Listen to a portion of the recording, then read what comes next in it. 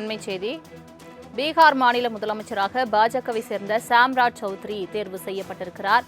பீகார் முதல்வராகிறார் சாம்ராஜ் சௌத்ரி. முக்கிய செய்தியாக பார்த்து வருகிறோம்.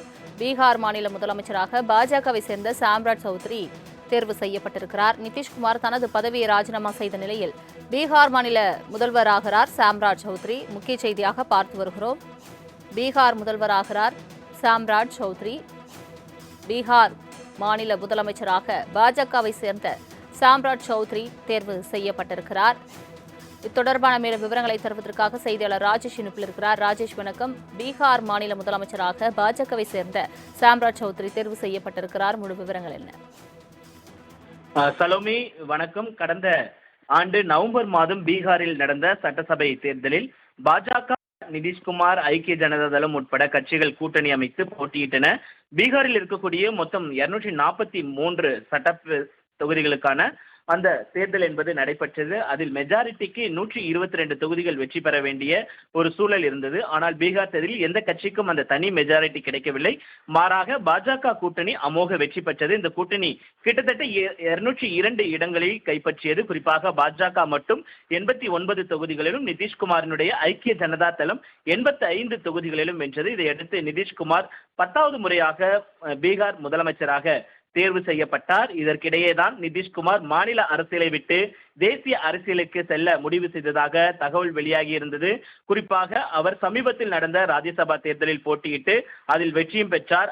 ராஜ்யசபா எம்பியாக கடந்த 2 நாட்களுக்கு முன்பாக அவர் பொறுப்பேற்றார். இதனை அடுத்து தன்னுடைய முதலமைச்சர் பதவியை அவர் ராஜினாமா செய்தார். இதனை அடுத்து பீகாரினுடைய அடுத்த முதலமைச்சர் யார் என்ற கேள்வி மிகவும் அனைத்து தரப்பினரிடம் எழுந்திருந்தது.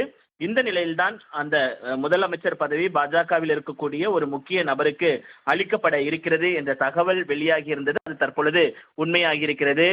பாஜகவினுடைய, அதாவது பீகார் மாநிலத்தினுடைய துணை முதலமைச்சராக இருக்கக்கூடிய சாம்ராஜ் சௌத்ரி தற்பொழுது முதலமைச்சராக தேர்வு செய்யப்பட்டிருக்கிறார்.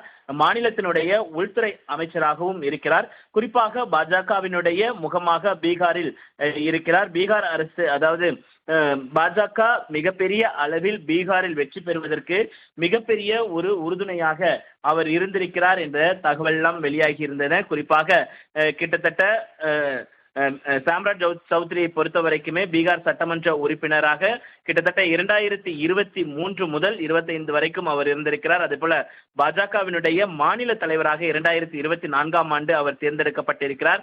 இதனை அடுத்துதான் சட்டமன்ற உறுப்பினராகவும் அவர் தேர்வு செய்யப்பட்டிருந்தார். கிட்டத்தட்ட 2019 முடிவடைந்த பின்னர் கிட்டத்தட்ட 2021 2வது முறையாக சட்டப்பேரவை மேலவை உறுப்பினராகவும் அவர் இருந்திருக்கிறார்.